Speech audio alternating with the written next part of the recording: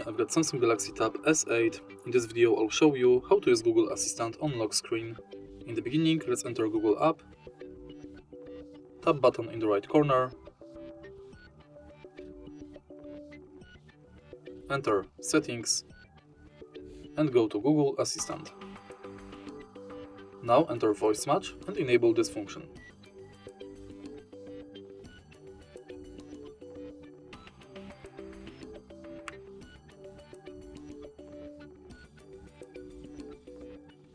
Go back, enter lock screen, and also make sure that this function is enabled. Now we can lock the screen and simply say, "Hey Google, what's the weather like tomorrow?" Tomorrow in Krakow, it'll be mostly sunny, with a high of 12 and a low of 3.